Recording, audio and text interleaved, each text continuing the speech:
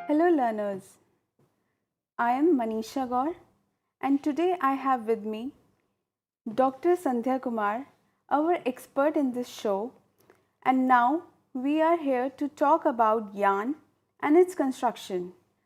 Friends, what is yarn? You must have seen wool, roll, silk, filaments, yarns, or you must have heard about all these names. So, what are they? These are the materials that we require so that we can make a fabric later on. We will discuss in detail what is fiber, what is yarn, and how the yarn is constructed from the fiber. And it's not that simple as it sounds. There are various definitions included in this yarn construction, various other filaments included in this yarn construction, and there are specific definition for each one of them. And now we will discuss each one of them in detail. So, we will start with what is yarn. So, yarn is nothing but it's an assemblage of fibers. And what is fiber? Fiber is the thread-like construction or thread-like material that we derive from natural sources as well as from the man-made sources. So, fibers can be of two types. First, it can be stable fibers or it can be filament fibers. In simple words, I would say stable fibers are short fibers and filament fibers are long fibers. Now, we have expert with us that can tell you in detail what is the definition of stable and filament fibers and how they can be used for making further fabric. Please, ma'am. Thank you, Manisha. Yes, we know that the fiber is the smallest unit of any yarn or material fabric that we have. It is the smallest unit. Now, this unit can be either very small in size, in which case it is called a staple fiber, or it can be longer in length, in which case it is called a filament fiber. And as Manisha has already mentioned, the fibers that we have today are obtained either from natural sources. They could be cotton, they could be jute, they could be wool, or all these are staple fibers, or the fiber that we obtain from the silkworm. It is very long in nature, it is continuous and it's long, and that is called a filament fiber. So, natural fibers again are short or long, staple and filament, but the man-made fibers that we have, which we make using chemical compounds, these are usually filament fibers. They are really long, and if we want, we can cut them short and have staple fibers also. Now, usually what happens is the fibers as they are too weak to make into a fabric. There is a process by which these fibers are woven and made into a fabric, but by themselves the fibers are too weak to make into a fabric. So, we process these fibers to make them into yarns. There are special processes which we follow. If you look at the slide that we have right now, you can see that we have a fiber which is held in the hand, you can see it there, and these fibers are twisted. They are given a special treatment from which we get the yarn, and these yarns are again further refined, they are twisted, they are given special treatments to create different kinds of yarns, and these yarns are then woven to make a fabric. Manisha will tell us more about the yarns that we have. So, ma'am, you are basically saying that we first obtain fiber from the natural and the man-made resources. Exactly. We use some treatment, some twist into it, and then we convert it into a yarn, which is more firm and stronger than the fiber itself. Exactly. And then after further twisting and refining it a little bit, and we make it into a thread, and by which we make a fabric. This is what you are mentioning, exactly, exactly, Manisha. So this is the process, like we obtain fiber first and then we convert it into yarn. From yarn we move into the thread, like we twist and we provide the treatment to it, and then finally we make the fabric out of it. So let's move to the next slide and see what we can do what is the stages from the fiber to the fabric. There are like various stages. It's not that simple as it looks like in the slide. So, there are various stages and we will go one by one to each of them. So, what is a yarn? Yarn is nothing but it is just an assemblage of fibers that are twisted together. Yarn is more stronger and firm than the fiber itself. Here, I'll just request you, I'll ask you to do something. Take any piece of cloth that you have at home, pull out one thread from it. You know, it could be a piece of lungi that you have, an old sari that you have, a piece of curtain that you have, or an old pair of socks that you have, or even an old sweater. So, just pull out one end of any thread and then unravel it, untwist it. You know, when you see that thread, you can untwist it. When you untwist it, you will see that, you know, there has been twisting that has been given to the fibers. There you will, when you open it up, you will see more than one fibers over there. So, you may find 2 or 3 or 4. Accordingly, we will discuss that later on also. So, when you open up a yarn, you can see the construction of the yarn. There are more than one fibers in it. You can see whether they are staple or they are long, and how much of twisting there has been given to the fibers. Take a case of wool. There are different kinds of wools. Okay? Some are very fine, some are thick, some are loosely woven, some are very tightly woven. So, the amount of twist that you see affects the final product or the yarn that you have in hand. So, just to make it clear that, you know, we use more than one fiber when we are twisting them together, and we are obtaining a firmer final product which we use to make the fabric. Same is with ma'am silk also, like some silks are very smooth, some are very coarse kind of the surface of them. Exactly. Like we have the various varieties. So, there must also be the twisting and treatment material is being incorporated. So, there can be stable and filament fibers that are used for making a yarn. Stable fibers, as ma'am has already told you, that these are the small fibers, clean, and then twists and treatments are given to them to form into a yarn that is a little bit longer.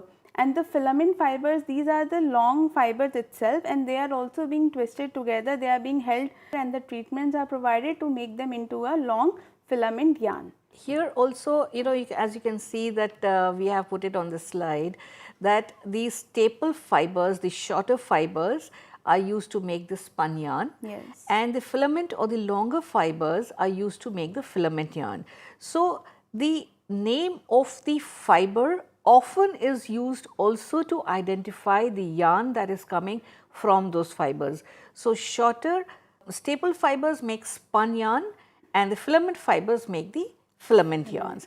And now we will discuss how exactly we make a yarn from the staple fibers. So, when staple fibers are taken in a bundle, when we obtain them from the natural sources, they are often not clean.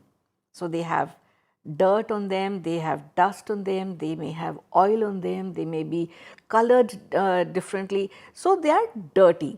So, first of all, the first operation that we do is to clean the bundle of the fibers that we have, and then they are laid straight. They are straightened, they are combed. There is a special machine which combs these fibers and makes them straight into bundles. And after the straightening you were is saying done, like we have our frizzy hair and we use the comb to straighten them. Exactly. Likewise, we have the bundle of the fibers clean and washed, so they are like you know, they are like little bit frizzy, and also we have to use the comb special format to straighten them. Okay. And once they are straightened out, then they are pulled. They are given a little bit of traction and they are pulled and drawn. So, what happens is that the thicker bundle becomes thinner and finer. So, while this is happening, the pulling and the drawing, at the same time a twist is also given to these fibers. Gradually, see, you can see that they are being reduced in size, they are being lengthened, the length is being increased because they are placed that way, and they are being twisted. So, while they are being twisted, they gather the strength and they become stronger yarns. Very well said, ma'am. So, ma'am, like you have discussed that there is an entire procedure from which the fiber becomes an yarn. So, spinning is the whole process, as you have just discussed in the detail in the steps, that is used for cleaning the fibers, combing them together, and then pulling it and giving the required twist to make them stronger and firmer. So, there is a kind of spinning also, ma'am, like there are mechanical spinning is done for the natural fibers, and there are like chemical spinning also, like we do it with the help of the chemical treatment and other varieties. So, ma'am, can you just tell us a little bit about the spinning also, like how to do? I think Dr. Manisha, the easiest example to identify with is the spinning wheel that was used by the father of our nation, Gandhi ji. Yes, ma'am. It is such a wonderful device where you can see, if you watch any films of how the spinning wheel is used, you can see that the fibers are drawn and pulled, and gradually they are spun on the wheel, and the final product that comes out is a very fine thread that comes. So, that is the final mechanical spinning that we are doing, and this is done mostly for cotton and wool fibers. Mechanical spinning is usually done for natural fibers. We do not do it for the man-made fibers. The man-made or the filament fibers that are longer in nature, the yarn that is made from them is usually made using chemicals. How the chemical raw materials are used to make the filament yarns. Yes, ma'am. I have seen at places that what they do, they dissolve the filaments from the silk and other man-made sources into a liquid containing the chemicals, and then it will remove all that gum and everything that is being attached to it, and then they are being pulled out, and then they are being pass through what is called as spin rate, that is look like a shower that we have at our home. So, they are being pulled through all those pores in it, and then we will get like very fine and long fibers as we usually get in the market of the silk fibers. I give you another example of the spinneret. If you have seen how the halwai makes besan save, he's got a machine, a cylinder in which he fills the mixture of the save, and then he presses from the top. There's a pressing mechanism, and at the bottom you find there is a sieve with very fine holes. Now, when the mixture is pressed from the top, it is extruded from the jali or the what do you call it? Pores, the pores, the sieve and you find the long continuous strand of the save coming into the oil and solidifying. So, that is exactly the procedure we use to make the man-made fibers, where the chemical is extruded through the fine spinneret. It goes into a solution where it solidifies, and that is how we obtain the long filament man-made fibers. Ma'am, this is a wonderful example. None of us will forget this now. That is, there is a solution that solidifies into thread-like form, and it's called as a filament fiber. Exactly. So, these filament fibers are further, ma'am, twisted together according to the need and the requirement of the buyer and the owner or the maker, manufacturer of the fabric, so that a very strong, firm and durable yarn can be made, by which a fabric can be made later on. So, a cotton fiber is made into a cotton yarn, a silk fiber is made into a silk yarn, a wool fiber is made into a wool yarn, and say a nylon fiber or a polyester fiber is made into a polyester yarn. Right. So, these are where we use the natural material or the man-made material to formulate the yarns. But sometimes what happens is, when I go into the market, it is difficult to find a pure wool yarn. So, what I get is a terry wool or a terrycot, And that sort of confuses me. Yes, ma'am. And this word pricks, everyone's mind. Ki what is exactly is that? Yes. So the concept here is that we have blends. Now, what is a blend?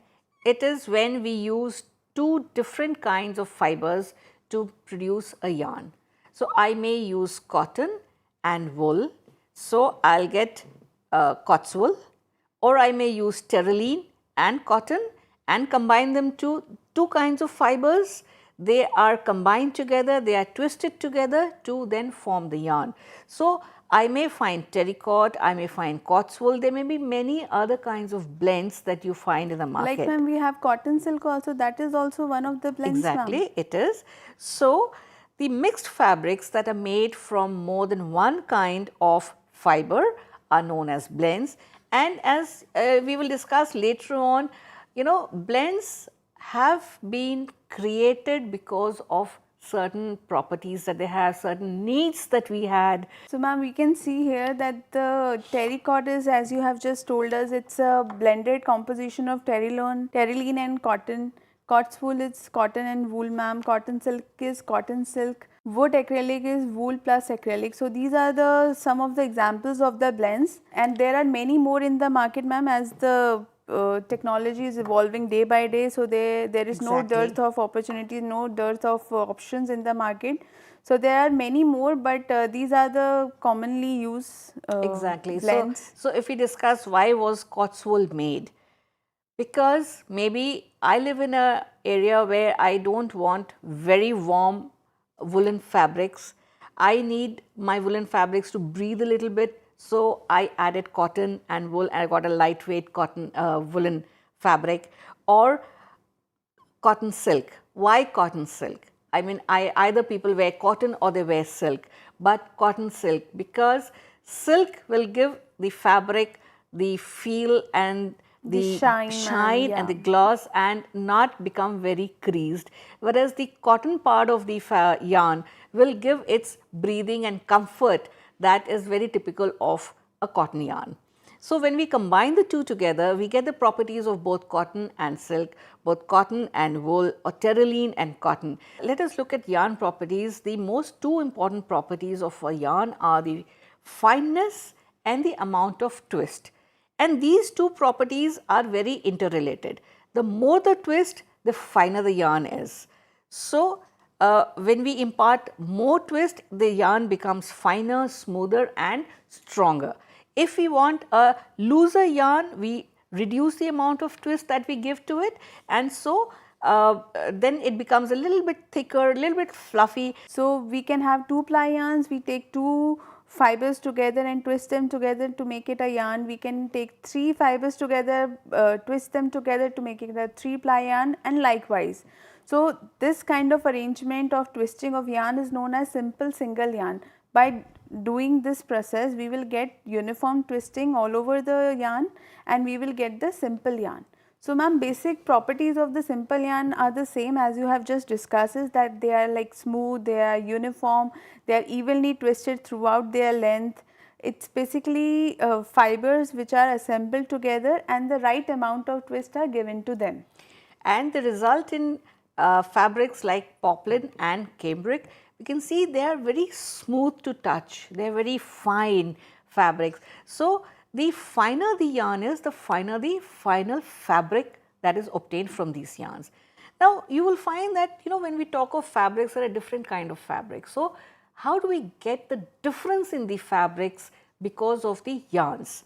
So those are the complex or the novelty yarns that impart the difference to the fabrics. So ma'am, the principle in complex yarn is, it is same as the simple yarn.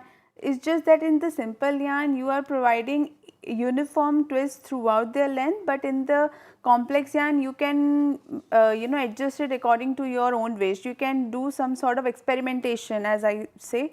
You can put curls to it, you can make a loops to it by loosely twisting it together. You can evenly twist it, like somewhere you will make it into a thick lump and somewhere you will just finely twist it to make it a fine yarn. So ma'am, complex yarn is nothing but an experimental yarn, I would call. You can do as many experiments as you like into it. Exactly, and the difference can also be achieved by introducing yarns, fibers which are differently colored. So then you will have a yarn which has different colors at different points. Again, that gives a very interesting look to the final fabric that is obtained. So when we talk of complex and novelty yarns, we find that one example is a slub yarn, which is alternately thick and thin in different places, or we can have a spira or a jimp, which is a combination of soft, thick yarns twisted with along with fine and hard yarns. So again, the final product that we get is somewhere hard and somewhere soft. So it's a different kind of a surface that we obtain on the fabric. Like we can give very high twist and we can make it into a snarl yarn. Like we have very high and we want to make it a very strong fiber or a very strong yarn, then we can use the snarl yarn, so that we can have very tight twisted and the little bit of the snipping coming out. So exactly. Likewise, ma'am, we can make a lot of fabric out of it. So we are just explaining one example, like the khadi fabric, ma'am, like we have just discussed. So we have included in as our example also. That is, it's a complex yarn where we have twisted in making it a thick at some places and thin at some places, so that it will, ma'am, give that the coarse look and the coarse surface, that it has a texture of a very, very prominent texture that we can touch and feel it. Right. Now, similarly, you must have seen fabrics where you have a raised surface. So that again, that effect is again achieved by using the complex or the novelty yarns. Now, complex or ply, in complex, we use ply yarns, which may be two or more than two, which are twisted around each other using loops or curls and knots to create fancy effects. Now, these effects again, if you see, look at the slide, we've got loops.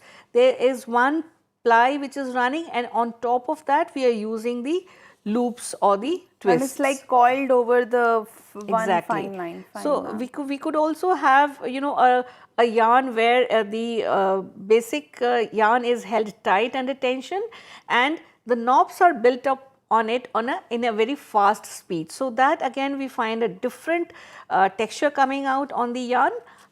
And you must have seen chenille.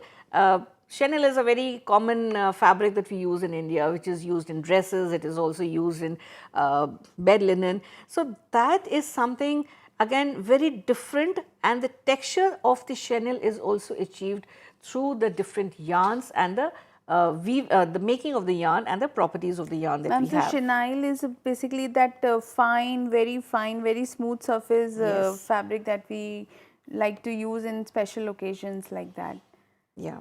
So there are some more examples of special yarns that we have. We can see coiled yarn, a rounded crimped yarn, curled yarn, high bulk stretched and relaxed yarn, or peaked crimped yarn. So these are all examples of complex yarns that we have. We use complicated machineries, complex machineries to create those effects in yarns and to make those effects in the fabrics that we have. So ma'am, like we have like textured yarn, as you have just told us in the example, that when you unravel a sweater, you will see that the yarn is not straight. Either it has a twist into it so that it will get a crimp effect, or it will form into a loop. So you will, if you held it free, it will take some sort of a curl. Yes. So that shows that it is a twisted yarn. And the twisted yarn, we call it into a different name as a textured yarn. Like we are discussing about the textile and fabric, so we give it into a textured yarn. And this texturing is usually chemically obtained. So it is not something that you can just do mechanically. You can do it, use chemicals also to impart that texture to the yarn. Texturizing is another treatment that is given, and Dr. Manisha, can you explain to our learners how texturizing is done? Yes, ma'am, it is basically a treatment that is given to a man-made filament fiber, and after which it requires some sort of a property into it. Like either it become curl, it become coiled, or it can attain a loop, or some sort of a crimp effect is created into it. So that process is basically texturizing. Do you think, Dr. Manisha, that texturizing can be done for the natural fibers also, or is it restricted only to man-made filament fibers? No ma'am, it's not like that. Natural fibers like cotton and wool, in cotton maximum texturization is being done, because in cotton you have variety of fabrics coming into it, and the cotton is one. It can be mixed with wool, it can be mixed with silk, it can be mixed with any, with nylon as well. Okay. So in cotton also you will try to give a texturizing effect. Texturizing is nothing but it's a treatment that you provide to your fiber to enhance its physical properties by giving it a certain crimpness, by giving it a loop, by giving it a coil, so that its physical properties can be enhanced. Now learners, there is one thing I want you to do. When you, I'm sure at home you use threads. You have talked of, you have learned a lot about yarns today. There is thread that we use for sewing, whether it be in a sewing machine or we are doing the sewing with our hands. So threads are also yarns, but they are highly processed and they are very fine and very even and are very strong. So when we sew two pieces of cloth together, we need a strong thread to hold it in peace so that it doesn't come apart easily. So threads are yarns also, but of a very fine and very high quality yarn. So we can say that all threads are yarns, but not all yarns are threads. So ma'am, you are saying that the finest refinement of yarn is called a thread. So learners, in today's lesson we have discussed about fibers, how the yarn is being processed by using fibers, what are the different categories of yarn, like we have discussed about stable and filament fibers, and within the yarn there are like various kinds of yarns, like we have simple yarn, we have complex yarn, we have textured yarn, and within the complex and the novelty yarn we have certain types of yarn which are being made by using certain kind of treatment or effect to it, like we can give it give it a special effect of coiling, we can give it a special effect of crimping, loop can be formed, and likewise certain different kinds of yarns are being made, like snub yarn, coil yarn, buckle yarn, and likewise. And after that we have also discussed about the difference between the thread and the yarn. I hope you have understood everything, and now you can clearly distinguish between a yarn, thread and the fiber. Thank you.